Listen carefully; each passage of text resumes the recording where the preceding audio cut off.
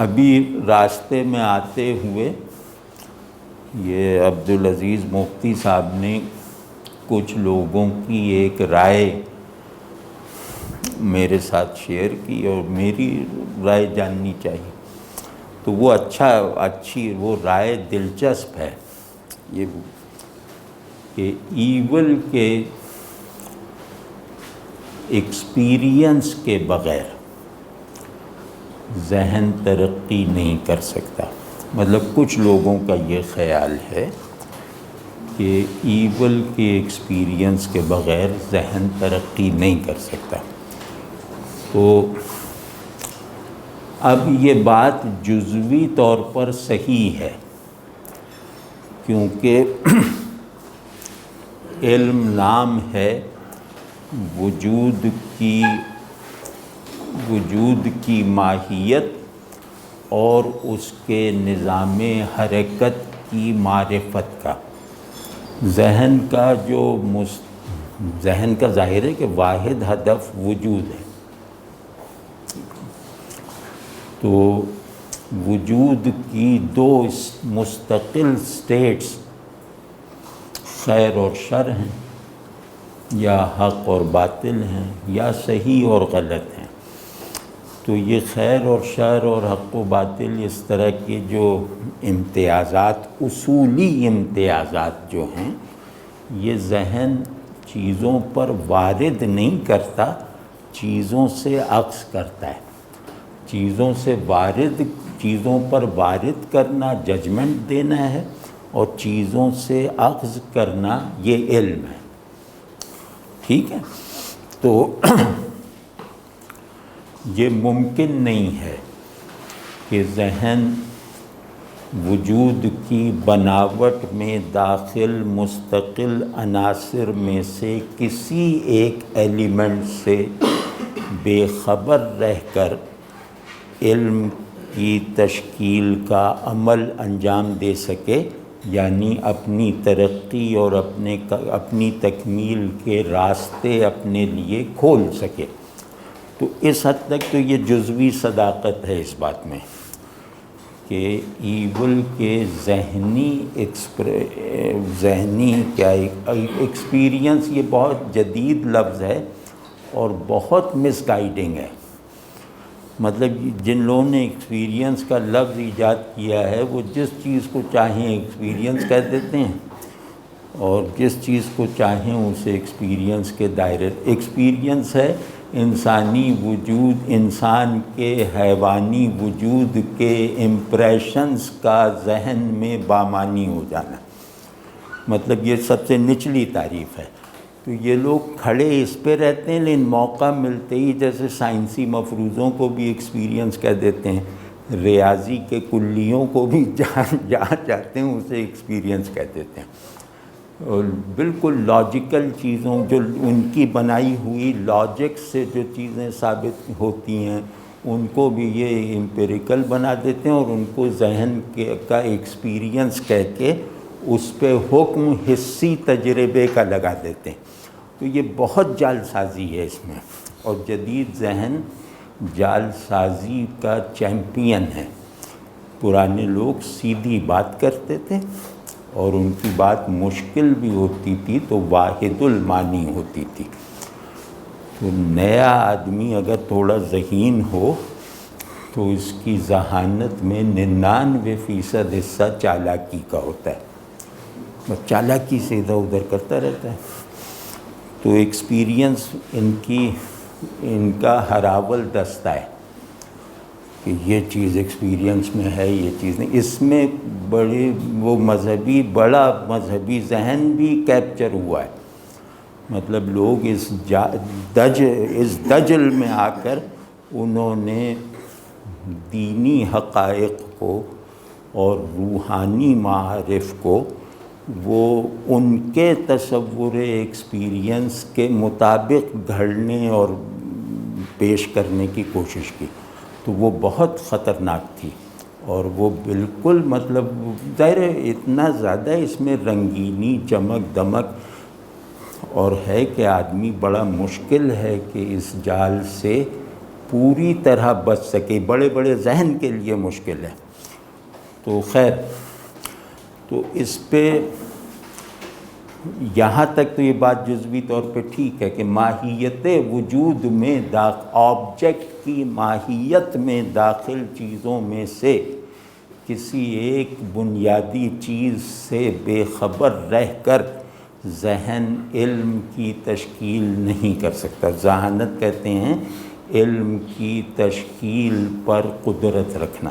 یہ بات ٹھیک ہے، لیکن موجودہ سیاق و سباق میں، ذہنی اور اخلاقی سیاق و سباق میں، یہ مفروضہ خطرناک نتائج پیدا کرتا ہے. یہ مفروضہ ایک طرح کی غیر ذمہ داری پیدا کر سکتا ہے. یہ مفروضہ ایک ڈسٹریکشن پیدا کر سکتا ہے، بلکہ پیدا کر سکتا نہیں، کرے گا.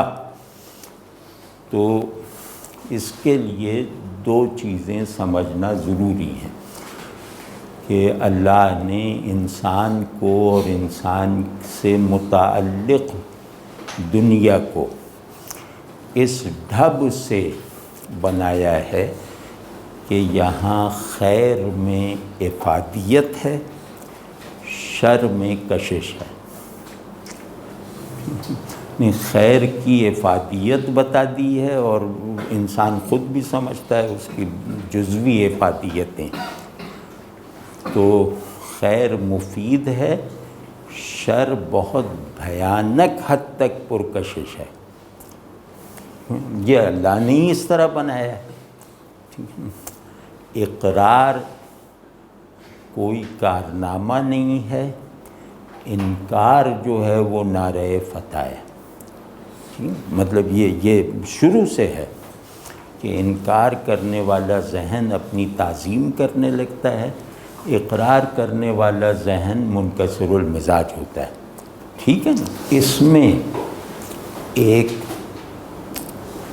ذرا بلندی رکھنے والے ذہن کی ذمہ داری یہ ہے کہ وہ شر کی کشش کو، چاہے وہ کشش طبیعی ہو یا منطقی ہو، جو آج کل ہے. جدید دور نے شر کی کشش میں ایک بہت بڑے عنصر کا اضافہ کر دیا ہے کہ اب اس میں ایک منطقی اٹریکشن ہے، ذہن کے لیے اٹریکشن پیدا کر دی جو پہلے نہیں ہوئی تھی. ماقبل جدیدیت ادوار میں شر منطقی کشش نہیں رکھتا تھا، تو انہوں نے وہ بھی پیدا کر کے دکھا دی. تو جو ذہن اس کشش کو ریزسٹ کر کے شر کو موجودہ اسکیم آف تھنگس کا ایک پرنسپل جان کر اب اس کی جو پیچیدگی میں اترے گا وہ ذہن ترقی کرے گا. لیکن جس ذہن کے لیے یہ ایک رنگین بگولے کی طرح ہے جو اس کے تمام مسامات کو رنگین کر دیتا ہے، وہ کاہے کی ترقی کرے گا. ٹھیک ہے نا.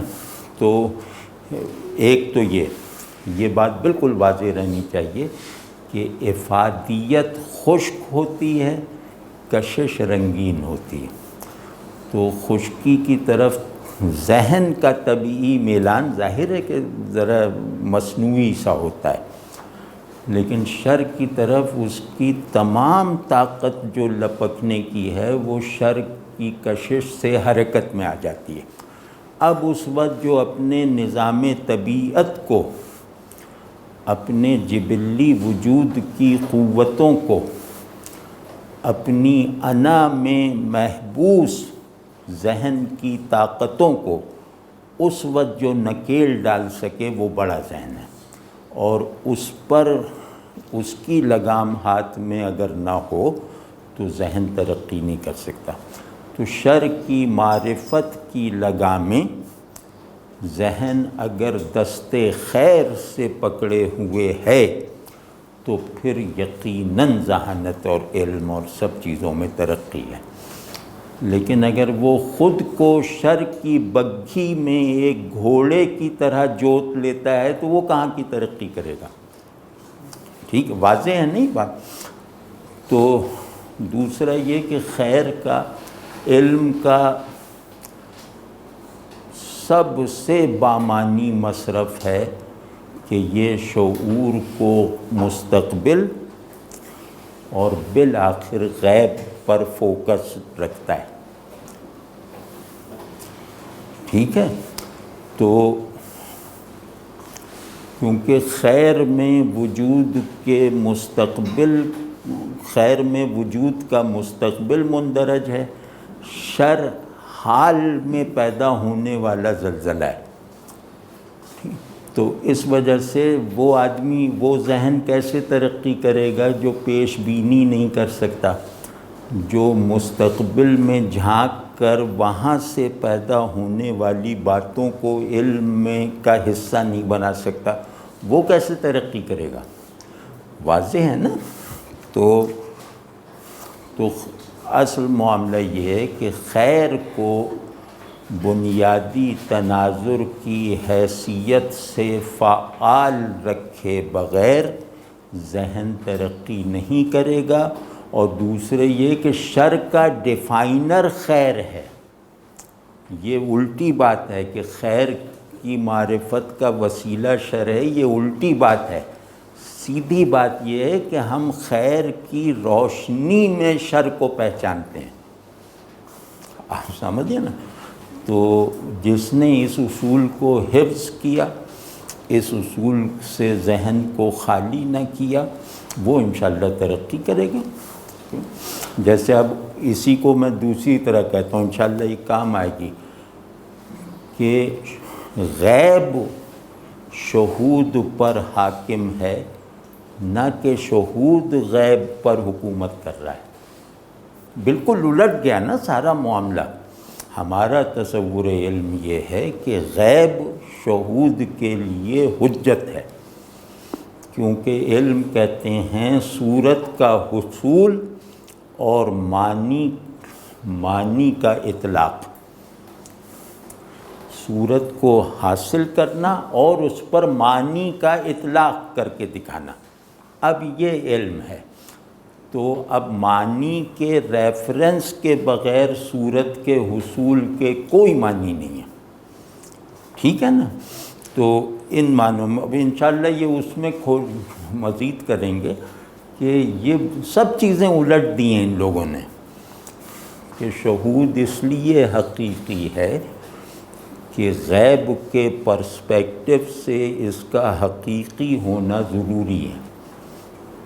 یہ صورت نہیں ہے کہ غیب کا شہود کے قوانین سے مطابقت رکھنا ضروری ہے، بالکل نہیں ہے، کیونکہ علم میں دائرہ غیب کا ہے، اور اس دائرے میں جو کچھ ہو رہا ہے وہ شہود ہے۔ تو اگر ذہن اپنے بائنڈنگ لامحدود دائرے کو توڑے گا تو اس میں علم کے نظام کی پہلی حرکت بھی عمل میں نہیں آئے گی۔ ٹھیک ہے؟ اور اس کو یہ صرف مذہبی بات نہیں ہے، یہ ایک ایپسٹیمالوجی ہے، اور اس ایپسٹیمالوجی کو جدید سائنسز نے بہت چالاکی سے اپنے حق میں کر لیا ہے۔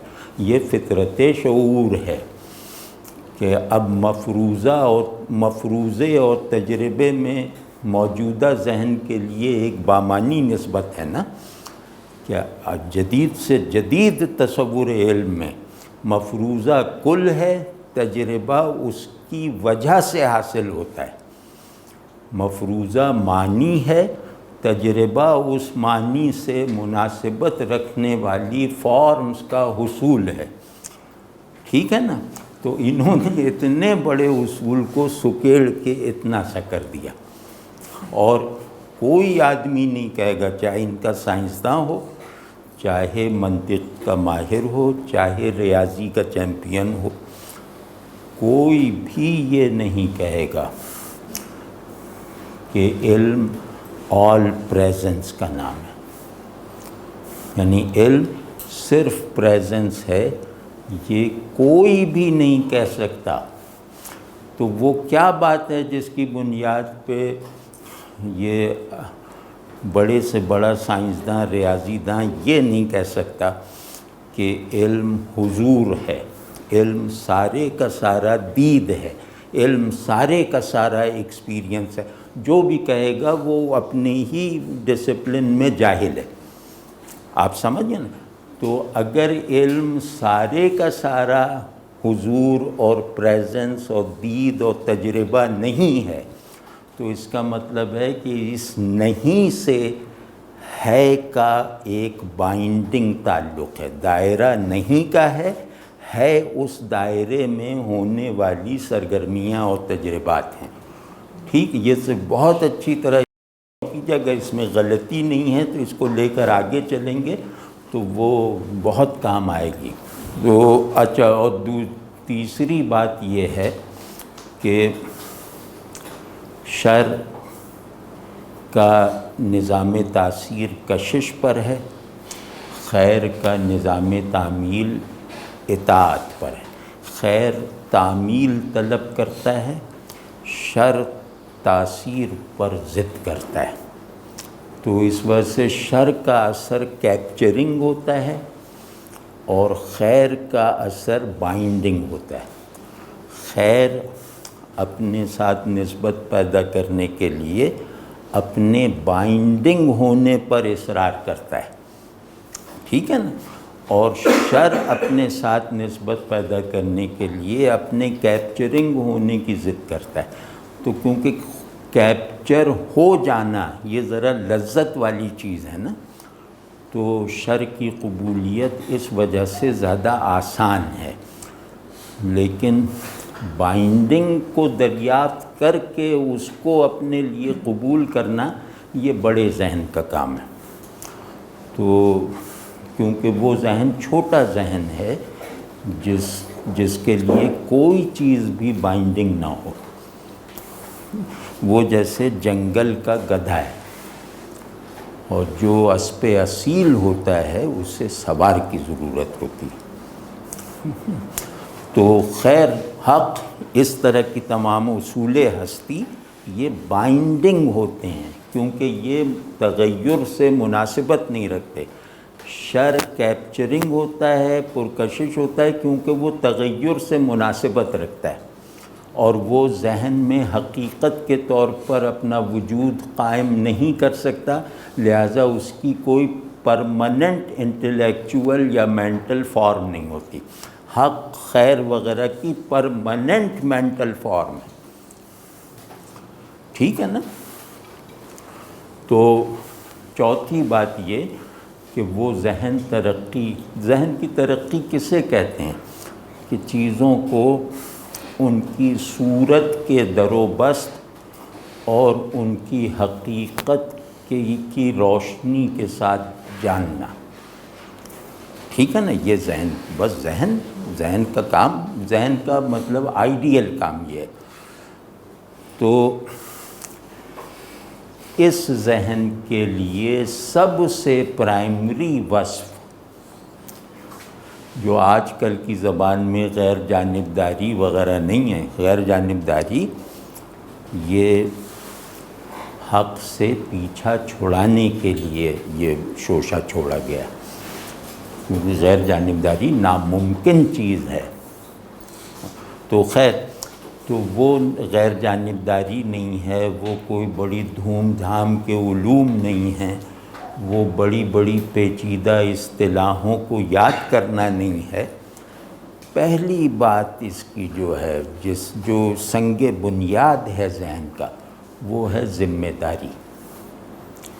تو عقل یا ذہن اگر ذمہ داری نہیں ذمہ داری سے محروم ہے یا منحرف ہے، تو اس کی ترقی محض عیاری ہے، محض مکاری ہے، محض جعلسازی ہے۔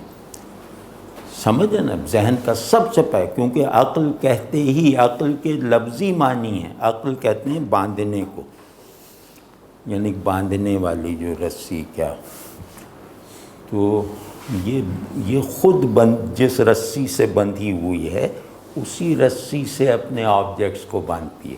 یہ رسی ایجاد تھوڑی کرتی ہے. ٹھیک ہے نا. تو عقل کی خلقی جو سب سے بڑی صفت ہے یا سب سے لازمی صفت ہے وہ ہے ذمہ داری، کہ وہ چیزوں میں تحقیق کرے ایک ذمہ داری کے ساتھ. اور ایپسٹیمالوجی کے ڈسپلن میں اس کا مطلب یہ ہے کہ ایک پیشگی مفروضے اور ایک ماقبل علم مقصد کے ساتھ.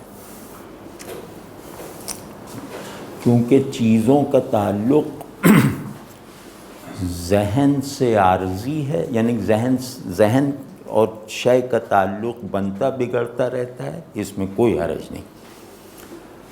لیکن ذہن اور شے کے تعلق کا ایک مستقل زاویہ ہے، وہ ہے کہ ذہن ہر شے کو صحیح جانے یا غلط جانے، ایک غیر متغیر مقصد کے لیے جانتا ہے.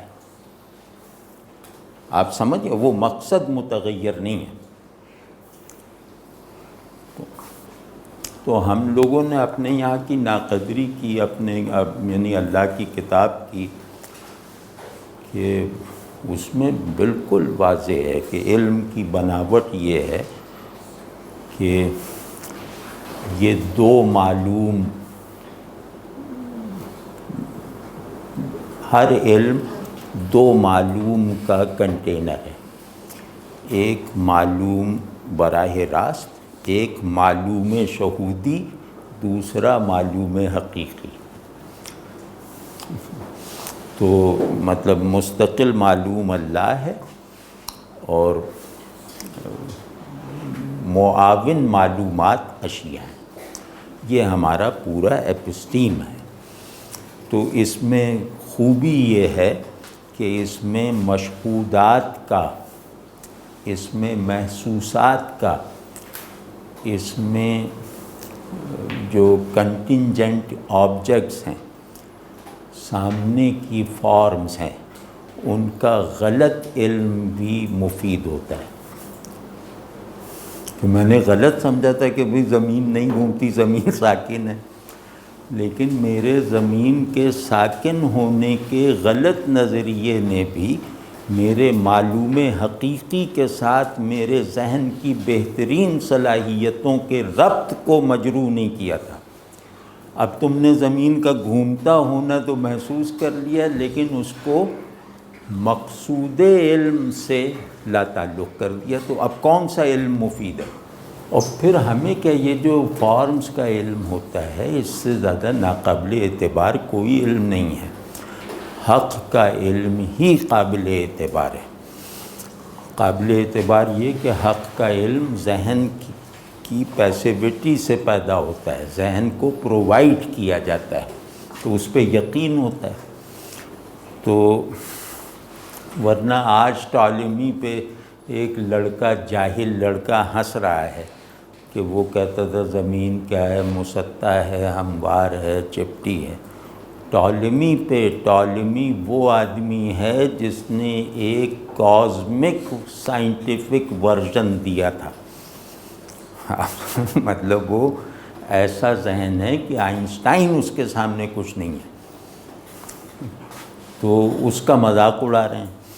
تو کل آج کی ساری متاع علم بتلی موسی نہ بن جائے گی. جو شخص یہ کہتا ہے کہ فارم کا علم نہیں بدلے گا وہ غیر سائنسی بات کر رہا ہے اور وہ جاہلانہ بات کر رہا ہے. تو ٹھیک ہے، فارم کا علم بدلتا گیا، لیکن کیا وجہ ہے کہ افلاطون کو فلسفے کا ایک بالکل کوئی لیکچرر بھی دلائل کے ساتھ رد کرتا ہے؟ تو وہ لیکچرر آپ کا کیا خیال ہے کہ افلاطون کے برابر کا دماغ ہے؟ تو صورت کو موضوع بنا کر پیدا ہونے والے علم کا صحیح اور غلط دونوں عارضی ہیں. تو اب آپ دیکھو کہ کتنا بڑا فریب ہمارے ساتھ کیا گیا ہے کہ جس علم کی قبولیت، جس علم کی نالج فارم مستقل نہ ماننا ضروری ہے، اس علم کو حجت بنا دیا گیا ہے مستقل معلوم پر۔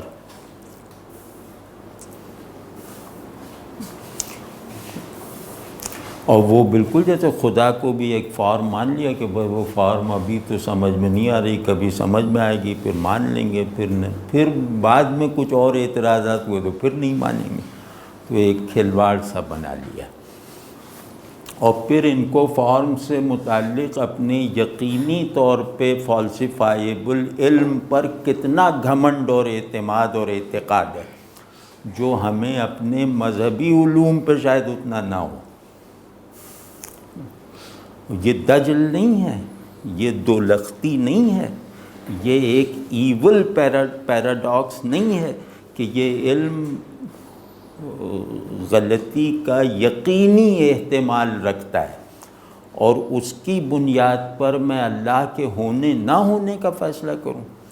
جس علم کے غلط ہو جانے کے امکان کو یقینی ماننا اس علم کی سب سے بڑی ضرورت ہو، اس کی بنیاد پہ آپ یہ کہہ رہے ہیں کہ آپ انسانی ذہن اپنے پرماننٹ آبجیکٹ کے ساتھ تعلق کا سارا نظام اس زمین تغیر پہ تعمیر کرے۔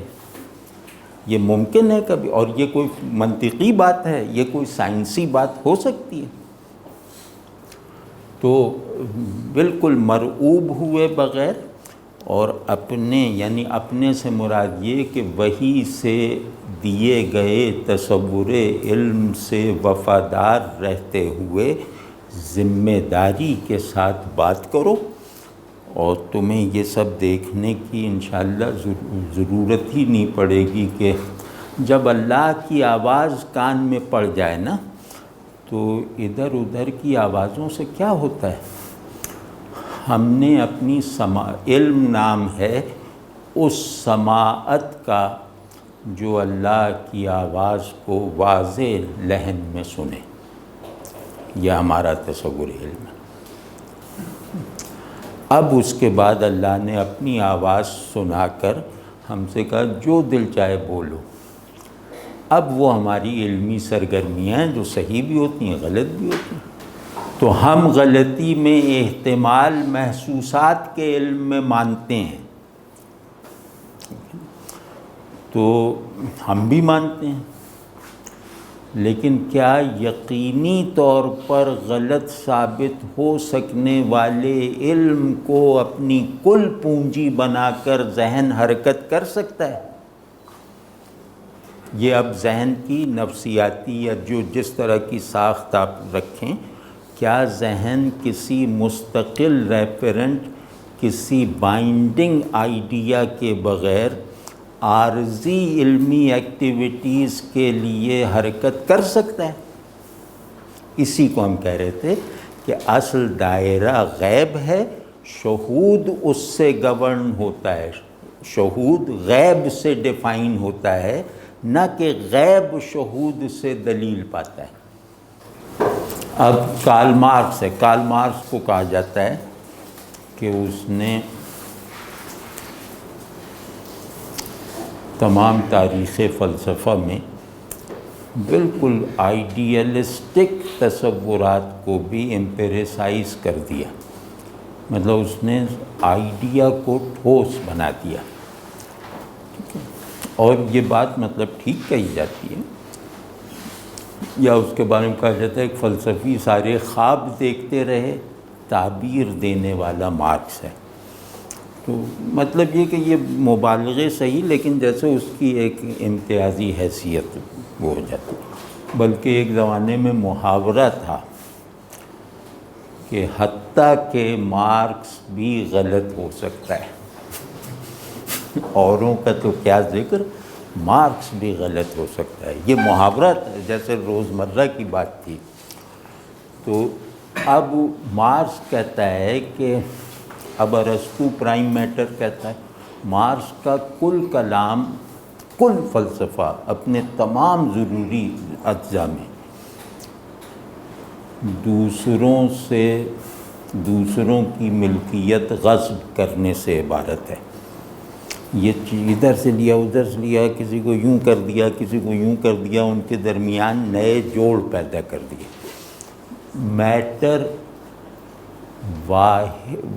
وحدت وجود میٹر میں ہے، یا یوں کہیں کہ وجود کا بنیادی نقطہ میٹر ہے، وجود کا کامل دائرہ مادہ ہے، ٹھیک ہے نا؟ اب اگر اس سے پوچھا جائے کہ میٹر وجود کی اصل کے طور پر تجربے اور مشاہدے میں ہے، تو وہ کہے گا نہیں ہے۔ یا اس کا دوسرا نظریہ ہے کہ شعور مادے ہی میں ایوالو ہوا ہے۔ یہ ڈارون کو استعمال کیا اس نے، یہ اس کا بہت بڑا نظریہ ہے کہ شعور مادے ہی کا وصف ہے، اسی میں ایوالو کیا۔ اس سے اگر پوچھا جائے کہ شعور نام ہے ایبسٹریکشن کی طاقت کا، ایبسٹریکشن نام ہے مادے کے سلب کا، مادے کی نفی کا، مادے کی وجودی نفی کا، تصوری نفی نہیں۔ تو شعور میں مادے سے ایبسٹریکٹ ہونے کی قابلیت بھی کیا اس ایولیوشن کا حصہ ہے؟ یعنی مادے نے اپنا ضد پروڈیوس کیا ہے؟ کوئی جواب نہیں۔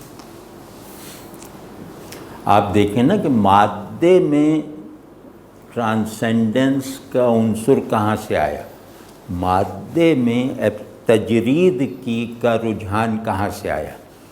تو ظاہر ہے یہ تو نہیں کہ یہ کبھی کوئی کہہ سکتا ہے کہ عدم وجود ہی کی فیکلٹی ہے، یعنی وجود کی ساخت کا حصہ ہے۔ ظاہر ہے یہ بالکل سنتے ہی آدمی رد کر دے گا۔ اسی طرح یہ بات بھی ہے کہ شعور مادے کا حصہ ہے،